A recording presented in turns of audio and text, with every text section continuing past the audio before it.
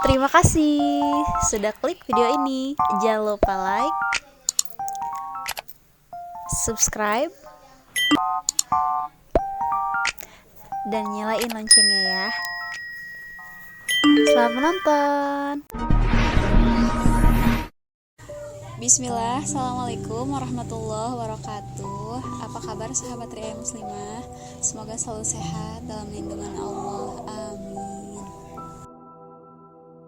Bulan lalu kita bahas seputar tentang hijrah bersama Kak Suneri. Nah, insya Allah sekarang kita akan bahas seputar tentang perempuan bersama aku, Sri Sastriani, bisa dipanggil Kak Sri.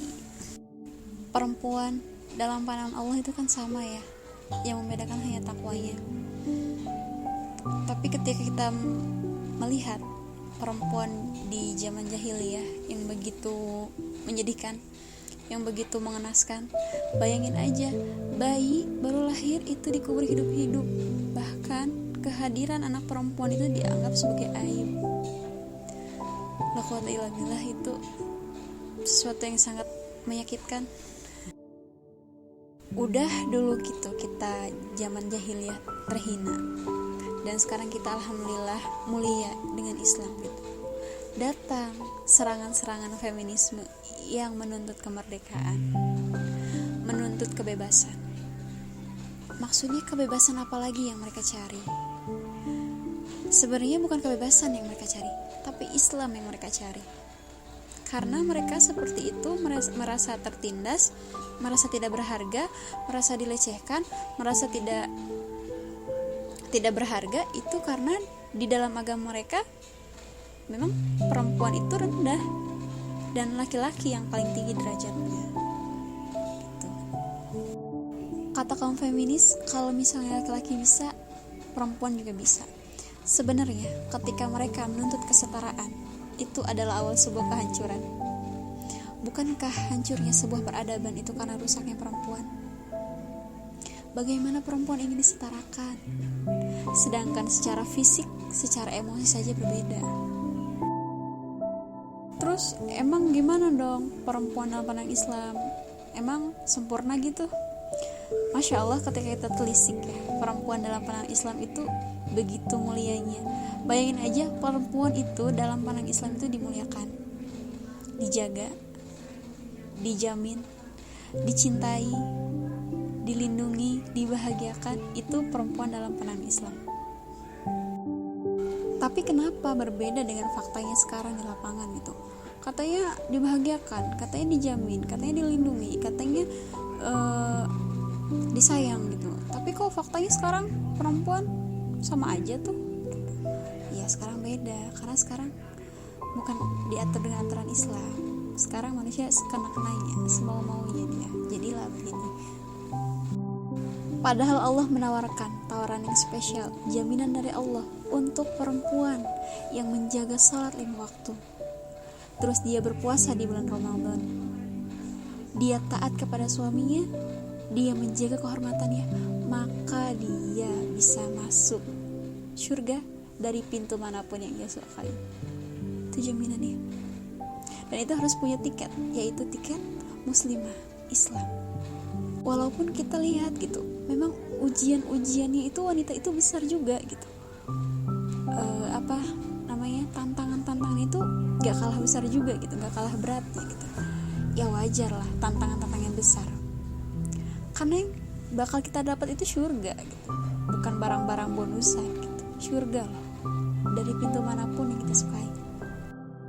Ataupun misalnya kita bahas-bahas tentang fitrahnya perempuan, ya kita semua tahu ya, perempuan itu senang dipuji, senang disanjung, senang diperhatikan, senang dimengerti, senang didengar, walaupun kadang gak suka mendengar, senang diberi hadiah.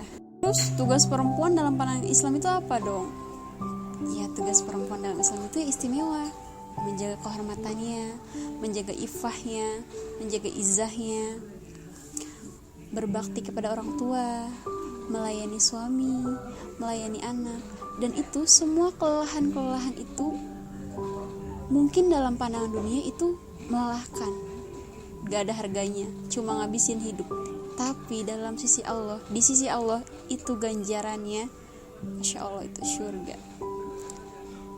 Makanya syarat Islam itu yakin gitu. Yakin gak gitu?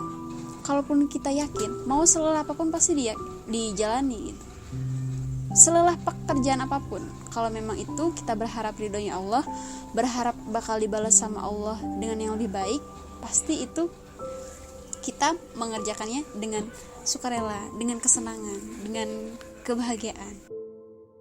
Emang dalam pandangan Islam, perempuan itu, muslimah itu mahkotanya apa gitu? Yang pertama, mahkota muslimah itu rasa malu. Yang kedua, ifah dan izah. Ifah, izah, apa itu teh? Ifah itu kalau kita definisikan menjaga diri, menjaga kesucian. Dan izah itu menjaga kehormatan. Jadi kalau misalnya kita pengen suka sama seseorang atau pengen apapun, itu nggak langsung ngungkapin, ya Allah teh, aku teh pengen ini banget tahu, kamu tahu nggak gitu. Jadi bukan munafik, bukan gengsi, cuma itu memang sebuah perhiasan ifah dan izah yang memang harus ada dalam diri perempuan gitu. Terus kelebihan perempuan, wah ini banyak banget kelebihannya. Perempuan itu kelebihannya dia cantik, dia lembut, dia punya lautan ketenangan, dia punya lautan kasih sayang, dia bisa sayang sama siapapun. Misalnya ketika laki-laki gitu ya, ketika kita menikah gitu, laki-laki itu kalau udah sayang bakal jadi anak-anak. Tapi ketika perempuan menikah, itu dia bakal jadi seorang ibu. Kasih sayangnya, ketenangannya itu bakal semua ditumpahin gitu. Dan memang itu fitrahnya perempuan, kelebihannya perempuan. Mudah memaafkan, mudah memaklumi, sangat mudah bersyukur, sangat mudah menerima. Semoga kita dijauhkan dari sifat-sifat buruk perempuan ya, yang biasanya terjadi di perempuan zaman sekarang. Semoga kita itu terhindar dari sifat-sifat buruk perempuan yang suka mengeluh, suka membandingkan hidupnya dengan orang lain, insecure, suka mengungkit-ungkit, boros, terus suka berhias untuk yang bukan mahramnya, terus juga suka bercakap-cakap yang gak berfaedah gitu. Jangan sampai kita sebagai perempuan hilang rasa keperempuanan kita, kayak gak merasa menyesal dilahirkan sebagai perempuan, atau jangan sampai kita sebagai perempuan hilang rasa malunya, kayak chat lawan jenis itu udah biasa, terus bermesraan dengan lawan jenis itu udah biasa, atau joget-joget misalnya di sosial media gitu. Semoga kita gak begitu ya.